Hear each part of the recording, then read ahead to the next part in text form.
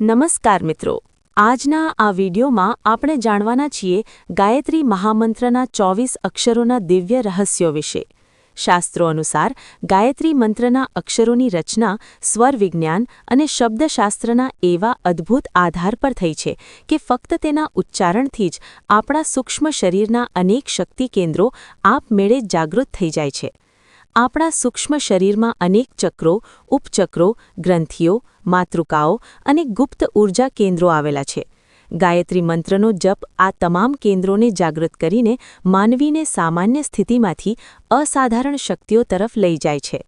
આ મંત્રના ઉચ્ચારણથી જીભ, દાંત, કંઠ, તાળવું અને મસ્તકમાં વિશિષ્ટ સ્પંદન ઉત્પન્ન થાય છે, જે શક્તિ કેન્દ્રો સુધી પહોંચીને તેમને સક્રિય કરે છે।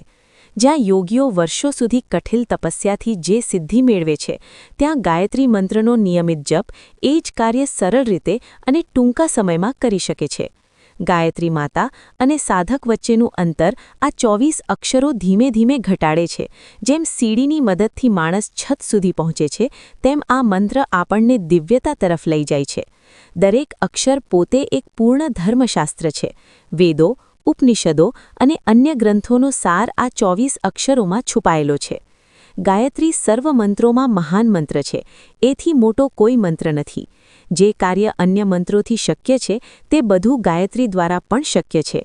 જો તમે આધ્યાત્મિક ઉન્નતિ, શાંતિ, શક્તિ અને જ્ઞાન ઈચ્છતા હો, તો ગાયત્રી મંત્ર તમારા જીવનનો માર્ગદર્શક બની શકે છે।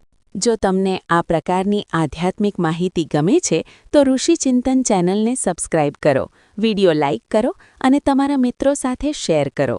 કમેન્ટમાં લખો, જય માતા ગાયત્રી।